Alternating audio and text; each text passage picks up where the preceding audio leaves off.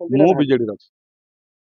କୋଉ ମାନସ ବସ୍ତିଆକୁ ସେ ସସ୍ପେଣ୍ଡ କରିଛନ୍ତି, କୋଉ ମାନସ ବସ୍ତିଆ ଯୋଉ ଦଳରେ ନଥିଲେ କହୁଥିଲେ ତାଙ୍କୁ ଖୋଜନ୍ତୁ। ମୁଁ ଯୋଉ ମାନସ ବସ୍ତିଆ ସିଏ ମୁଁ ଅଛି। ଗୋଟେ ବ୍ୟକ୍ତି ବିଷୟରେ ଦିଟା ଚିଠି ହେଲା, ତେଣୁ ଏଇନୁ ସେମାନଙ୍କ ସ୍ପଷ୍ଟୀକରଣ ଦଉ ମାନସ ବସ୍ତିଆ କିଏ।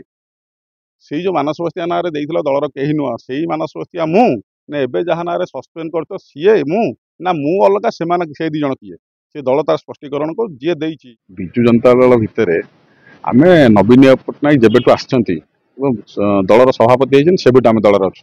ତା ପୂର୍ବରୁ ଜନତା ଦଳରେ ଥିଲୁ, ବିଜୁ ପଟ୍ଟନାୟକ ଆଦର୍ଶର ରାଜନୀତି ଭିତରେ ଅଛୁ ଏବଂ ବାତ୍ୟା ବେଳେ ନବୀନ ପଟ୍ଟନାୟକ ସହିତ ସଂଶ୍ଳିଷ୍ଟ ପୁରାପୁରି ସଂଶ୍ଳିଷ୍ଟ ରହି କାମ କରୁଛୁ, ଯାଇଛୁ ଯୋଉ ଜାଗାକୁ ଯିବା କଥା।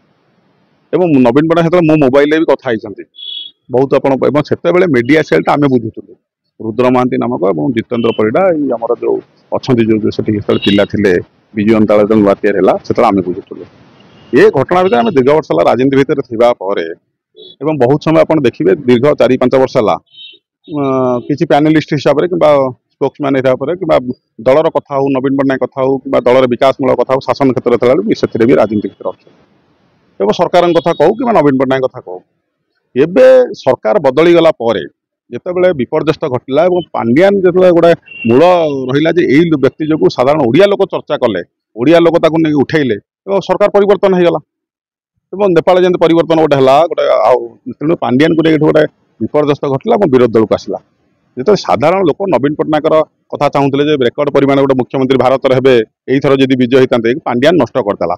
ସେଇ କଥାକୁ ଲୋକଙ୍କ କ୍ଷୋଭ, ବିଜୁ ଜନତା ଦଳ କର୍ମୀଙ୍କ କ୍ଷୋଭ ଏବଂ ବିଜୁ ଜନତା ଦଳ ଲୋକମାନଙ୍କ ସ୍ୱର ଯେତେବେଳେ ଆମେ ପାଲଟିଲୁ, ସେତେବେଳେ ଯୋଉମାନେ ପାଣ୍ଡିଆନର ଅଛନ୍ତି ଚୁଷ୍ମା କିମ୍ବା ବୋକ୍ଚା ବୁହା କିମ୍ବା କ୍ରେତ ଦାସ, ସେମାନେ ଚିହିଁକି ଉଠିଲେ ଏବଂ ସେମାନେ ବ୍ୟସ୍ତ ବିବ୍ରତ ହେଇଗଲେ ଯେ ପାଣ୍ଡିଆନକୁ କିଏ କାହିଁ କହୁଛି, ଯୋଉମାନେ ପାଣ୍ଡିଆନ ଯୋଉମାନଙ୍କୁ ଦରମା ଦେଇକି ରଖିଛି। ତେଣୁ ସେମାନେ ଗୋଟେ ଚିଠି କଲେ ଯେ ଇଏ ଦଳର ଲୋକ ନୁହଁ। ଯୋଉ ଦୀର୍ଘ 3-4-5 ବର୍ଷ ହେଲା ଯୋଉ ଆମେ ଯେତେବେଳେ ଦଳର କଥା କହୁଥିଲୁ ସେତେବେଳେ ଦଳର ଲୋକ ନା କୋଉଠି ଥିଲୁ, ତା ପୂର୍ବରୁ ଦଳର ପ୍ରଚାର ପ୍ରସାରରେ ହଉ କିମ୍ବା ଦଳର ନାନା ପ୍ରକାର କାର୍ଯ୍ୟକ୍ରମରେ ଭାଗ ନେଉଥିଲୁ, ସେତେବେଳେ କେମିତି ଯାଉଥିଲୁ ପର୍ଯ୍ୟବେକ୍ଷକ ଭଳିଆ ଯାଇକି ଅଲଗା ଜାଗାରେ ଅବଜର୍ଭ ହେଇକି ଯାଇ ବୁଲୁଥିଲୁ କିନ୍ତୁ ମୟୂରଭଞ୍ଜ ମାଲକାନଗିରି।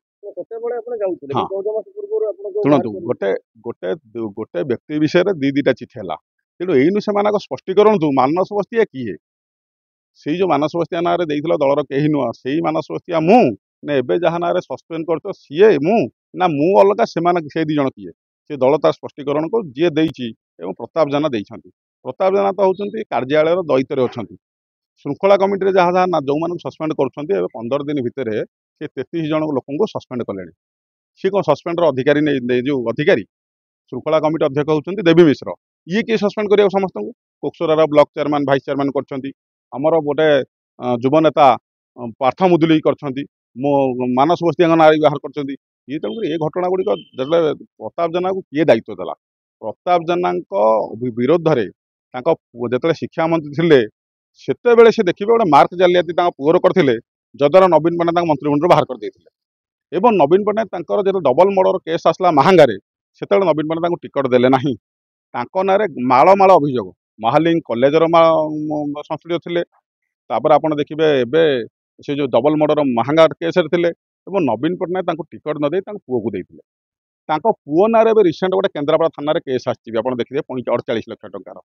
ଏଇଭଳିଆ ଲୋକ ଯୋଉ ଅଶୋଭନୀୟ, ଅସାମାଜିକ ଏବଂ ନାନା ପ୍ରକାର ଦୁର୍ନୀତିରେ ଛନ୍ନିଧ ହେବା, ନାନା ପ୍ରକାର ଯୋଉ ବିଗତ ଦିନରେ ସେ ବି ମାହାଙ୍ଗା ନିର୍ବାଚନ ମଣ୍ଡଳୀରେ ଯିଏ ସାଂସଦ ଅଛନ୍ତି ଏବେ ତାଙ୍କ ଉପରକୁ ଟେକା ପକେଇବା, ପଥର ପକେଇବା, ଗାଳିଗୁଲଜ କରିବା ଏବଂ ଅଣ୍ଡା ପକେଇବା, ଏସବୁ ଘଟଣା ବି ଆପଣ ଗଣମାଧ୍ୟମରେ ଦେଖେଇଛି। ଏ ବ୍ୟକ୍ତି ଜଣକ ଚରିତ୍ର ଯେତେବେଳେ ଟୋଟାଲି ଗୋଟେ ଅସାମାଜିକ ତତ୍ତ୍ୱକୁ ଯାଇଛି ହେରି ଏବଂ ସୁପ୍ରିମକୋର୍ଟ କହିଛନ୍ତି ଡବଲ ମର୍ଡର କେସ୍ ତାଙ୍କ ନାଁ ସଂଶୋଧିତ କରାଯାଉ, ତଦନ୍ତ ହଉ। ସେ ବ୍ୟକ୍ତି ଆସିକି ଯେତେବେଳେ ଗଣମାଧ୍ୟମ ଲୋକ ତ ଯାହା ବାହା କହୁଥିବେ ଆପଣ ଅନୁଭବ କରିପାରିଥାନ୍ତି, ସେ ବ୍ୟକ୍ତି କ'ଣ କରୁଛନ୍ତି ନା ଯାହାକୁ ପାଉଛନ୍ତି ତାଙ୍କୁ ଖାଲି ଯୋଉ ଇଏ କରିଦେଉଛନ୍ତି, କହୁଛନ୍ତି ଆମେ ସସ୍ପେଣ୍ଡ କରିଦେଲୁ। ସସ୍ପେଣ୍ଡ ପାଣ୍ଡିଆନ କଥାର ହବାର କାରଣ ଏବଂ କରିବାର କାରଣ 650 କୋଟି ଟଙ୍କାକୁ ହଡପ କରିବା ପାଇଁ ଏବଂ ବିଜୁ ଜନତାକୁ ରକ୍ଷା କରିବା ପାଇଁ, ନବୀନ ପଟ୍ଟନାୟକର ଚେହେରାଟାକୁ ଭଲ କରିବା ପାଇଁ, ନବୀନ ପଟ୍ଟନାୟକ ଯେହେତୁ ଦୁର୍ନୀତିମୁକ୍ତ ଗୋଟେ ଓଡ଼ିଶା ଗଠନ ପାଇଁ ଯେତେବେଳେ ଯୋଜନା କରିଥିଲେ, ଯୋଉମାନଙ୍କ ନାଁରେ ଦୁର୍ନୀତି ଆସୁଛି ନବୀନ ପଟ୍ଟନାୟକ ତାଙ୍କୁ ବାହାର କରିବା କଥା ନା। ସିଏ କ'ଣ କରୁଛନ୍ତି, ଯୋଉମାନେ ଦଳ କଥା ଉଠାଉଛନ୍ତି, ନବୀନ ପଟ୍ଟନାୟକ ଫେଭର କଥା ଉଠାଉଛନ୍ତି ଏବଂ ଦଳର କେମିତି ଭଲ କେମିତି ହବ ଉପଦେଶ ଦେଉଛନ୍ତି କି କଥା କହୁଛନ୍ତି, ଇଏ ତାଙ୍କୁ ଆଗ ଦଳରୁ ବାହାର କରିବ। କାହିଁକିନା ଦଳରୁ ବାହାରିଗଲେ ଏ 650 କୋଟି ଟଙ୍କା ପାଣ୍ଡିଆନ ହଡପ କରିବ ଏବଂ ଯୋଉ ଦେବୀ ମିଶ୍ର କି ଏଇ ଯୋଉ 2-3 ଜଣ ଲୋକ ରହିଲେ ପ୍ରତାପ ଜେନା ଭଳିଆ କି ଲେଲିନ ମହାନ୍ତି ଭଳିଆ, ସେଇମାନଙ୍କୁ ସେ ବାଣ୍ଟି ଦେଇକି ତାର ଆଉ ପଇସା ହଡପ କରିବ। ଗୋଟେ କଥା ଉଠୁଛି ଆପଣ ବିଜେପି ଆଉ କଂଗ୍ରେସ ପାଖରୁ ମୋଟା ଅଙ୍କରର ପଇସା ନେଇକିନି ଆପଣ ବିଜେଡି ବିରୁଦ୍ଧରେ ଆପଣ fight କରୁଛନ୍ତି। ମୁଁ ବିଜେଡି ବିରୁଦ୍ଧରେ ଗୋଟେ ବି ବାଇଟ୍ ନାହିଁ। ସେ ଯୋଉମାନେ କହୁଛନ୍ତି ସେ ଚାରିଣୀ ଆଠେଣୀ ଲୋକ ଗୁଡାଙ୍କର ଆମେ ଗଣୁନୁ। ଚାରିଣୀ ଆଠେଣୀ ଲୋକ ଗୁଡାକ କଣ ପରିସ୍ଥିତି ଥିଲା ତାର ଇତିହାସ ବିପିୟୁଟି ଛାତ୍ର ସଂସଦ ପିଲାଙ୍କୁ ପଚାରିବେ। ସେଇ ସୂଚନା ହବ ମାନେ କଣ ତାଙ୍କର ଆଜି ପର୍ଯ୍ୟନ୍ତ ହେଇଥିଲା ଏବଂ ଯୋଉମାନେ ଏଇ ଯୋଉ ସାଂସଦ ପ୍ରାର୍ଥୀ ପୂର୍ବ ଏବଂ ତାଙ୍କର କଂଗ୍ରେସ ଗନ୍ଧ ଯାଇନାହିଁ ସେ ବ୍ୟକ୍ତିମାନେ ଆମ ବିଷୟରେ କଣ ଗପ ଗପିବେ। ଆମେ ମୋ ଯୋଉ ମାଟିରୁ ଆସିଛି ସେ ମାଟିରେ ଜାନକୀ ପଟ୍ଟନାୟକ ଦବଦବ ଥିଲା। ସେତେବେଳେ ଆମେ ଅଣ କଂଗ୍ରେସ ରାଜନୀତିରେ ଅଛୁ। ବିଜୁ ପଟ୍ଟନାୟକ ସହିତ ଥିଲୁ। ମୋ ମାଟିରେ ହଉଛି ଜାନକୀ ପଟ୍ଟନାୟକ ରାଜନୀତି ଥିଲା। ତେଣୁ ଏମାନେ ଆମ ବିଷୟରେ ଯୋଉ ମନ୍ତବ୍ୟ ଦେବା ବିଷୟରେ ଭଲରେ ତଥ୍ୟ ନିଅନ୍ତୁ ଏବଂ ଆମେ କଣ ଅଛୁ ନହେଲେ ନିଜେ ସୋସିଆଲ ମିଡିଆକୁ ଯାଆନ୍ତୁ ଫେସବୁକରେ ମୁଁ କଣ କାମ କରୁଛି କେତେବେଳେ ଅଛି ଏବଂ ଦଳ ଭିତରେ କଣ ଥିଲି ଏବଂ କଣ କାର୍ଯ୍ୟକ୍ରମ ଅଛି ସେ ଚାରିଣୀ ଆଠେଣୀ ପିଲା ଗୁଡାଙ୍କ ବିଷୟରେ ମୁଁ ମନ୍ତବ୍ୟ ଦେଲେ ମୋର ନିଜର ଗରିମା ନଷ୍ଟ ହବ। ତେଣୁ ମୁଁ ତାଙ୍କ ବିଷୟରେ ମନ୍ତବ୍ୟ ଦେବାକୁ ଏବଂ ଯୋଉମାନେ ଆସିକି ଏଇ ଯୋଉ ପୂର୍ବତନ ବିଧାୟକ କିମ୍ବା ଏମ୍ପି ପ୍ରାର୍ଥୀଙ୍କର ଚାହା ବୁହାଉଛନ୍ତି ଏବଂ କାଗଜ ବୁହାଉଛନ୍ତି ଏବଂ କଲମରେ ଲେଖୁଛନ୍ତି କାଗେଜି କାମ କରୁଛନ୍ତି ସେ ପିଲାମାନଙ୍କ ବିଷୟରେ ମୁଁ କଣ ମନ୍ତବ୍ୟ ଦେବି। ମୁଁ ମନ୍ତବ୍ୟ ଦେବାକୁ ଚାହୁଁନାହିଁ ସେ ବିଷୟରେ। ସେମାନେ ବିଭିନ୍ନ ଦଳ ନ ଚାହିଁ ସେଇମାନେ କଂଗ୍ରେସରୁ ପଇସା ଆଣି ବିଜୁ ଜନତା ଦଳକୁ ଭାଙ୍ଗିବା ପାଇଁ କଂଗ୍ରେସଠୁ ଅଳ୍ପ ଅଳ୍ପ ପଇସା ଆଣୁଛନ୍ତି ବିଜେପିଠୁ ପଇସା ଆଣି ଯେହେତୁ ସେମାନେ ମୂଳ ବିଜୁ ଜନତା ଦଳ ଲୋକ ନୁହନ୍ତି। ବିଜୁ ଜନତା ଦଳ ଯେତେବେଳେ ବିଜୁ ବାବୁଙ୍କ ମୃତ୍ୟୁ ଘଟିଲା ସେତେବେଳେ ଏଇ ବ୍ୟକ୍ତିମାନେ ବଜାର ଘାଟରେ ମିଠା ବାଣ୍ଟିଥିଲେ। ଏ ଜାନକୀ ପଟ୍ଟନାୟକ କଂଗ୍ରେସ ଆଗକୁ ଯିବ ବିଜୁ ପଟ୍ଟନାୟକ ଚାଲିଗଲା। ତେଣୁ ସେ ବ୍ୟକ୍ତିମାନଙ୍କ ବିଷୟରେ ଆପଣ ବି ଯେତେବେଳେ ଚର୍ଚ୍ଚା କରୁଛନ୍ତି ମୁଁ ଆଉ ଅଧିକ ଉତ୍ତର କଣ ଦେବି। ଆଉ ଗୋଟେ କଥା ବିଜେଡି ଯଦି ଚାହୁଁନି ଆପଣ ବିଭିନ୍ନ ଚ୍ୟାନେଲକୁ ବିଜେଡି ସପୋର୍ଟରେ ମୁଁ ଶୁଣନ୍ତୁ ମୁଁ କେବେ ବିଜେଡି ଆପଣଙ୍କୁ କହିନି ଲେଖନ୍ତୁ। ଆପଣ କଣ ଲେଖିବେ ସେଇଟା ଆପଣଙ୍କ ଉପରେ ନିର୍ଭର କରୁଛି। ମୁଁ ଆପଣଙ୍କୁ କଣ ତେଲ ମାରିକି ଡାକିଛି ଆସନ୍ତୁ ନା ରିକ୍ୱେଷ୍ଟ କରିକି ଡାକିଛି। ଆପଣମାନେ ଲେଖିଛନ୍ତି କଣ ଲେଖିବେ କଣ ନାହିଁ ସାଧାରଣ ବାକ୍ ସ୍ୱାଧୀନତା ଯେହେତୁ ଅଛି ପ୍ରତ୍ୟେକ ବ୍ୟକ୍ତି ତା ବିଷୟରେ ମତ ଦେଇପାରିବ ମନ୍ତବ୍ୟ ଦେଇପାରିବ। ଆପଣ କଣ ଲେଖିବେ କଣ ଡିଜାଇନିଂ କରିବେ କି କଣ ରୋଷ୍ଟିଂ କରିବେ କି କଣ ଆପଣ ତାକୁ ଭାଇରାଲ କରିବେ ସେଇଟା ଆପଣଙ୍କ ଉପରେ ନିର୍ଭର। ମୁଁ ଆପଣଙ୍କୁ ରିକ୍ୱେଷ୍ଟ କରୁନି ଆପଣ କଣ ମୋ ଡେଜିନେସନ ଲେଖିବେ। ସାଧାରଣ ଜଣେ ଓଡ଼ିଆ ଲୋକ ଓଡ଼ିଶାର ସ୍ୱାଭିମାନ ପାଇଁ ଓଡ଼ିଶାର ସ୍ୱାର୍ଥ ପାଇଁ ଆମେ ଲଢ଼େଇ ଜାରି ରଖିବୁ ଏବଂ ପାଣ୍ଡିଆନ ହଟା ଅଭିଯାନର ଯୋଉ ବିଜୁ ପ୍ରେମୀମାନଙ୍କର ନବୀନ ପ୍ରେମୀମାନଙ୍କର ବିଜୁ ଜନତା ଦଳ ଅସଂଖ୍ୟ ଲୋକଙ୍କର ସ୍ୱର ହବୁ ଏବଂ ପାଣ୍ଡିଆନକୁ ଏଠୁ ବିଜୁ ଜନତା ଦଳ ହଟେଇବୁ। ନହେଲେ ବିଜୁ ଜନତା ଦଳ ଯୋଉ ସ୍ୱର ହବା କଥା ସେ ଠିକ ଢଙ୍ଗରେ ଚାଲୁନି ସେ ସ୍ୱରକୁ ଆମେ ଆଗକୁ ନେବୁ।